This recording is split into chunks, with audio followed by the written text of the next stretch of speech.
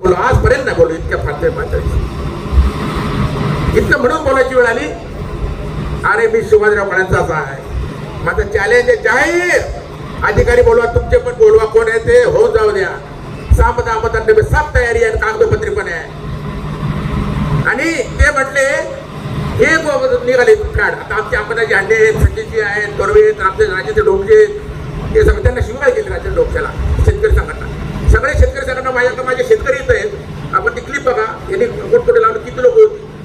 फार मोठी लोक, 100 लोक, फार मोठा जमाव. बघा तुम्ही क्लिप कोण कोण होते आणि त्यांच्या बरोबर कोण होते बघा.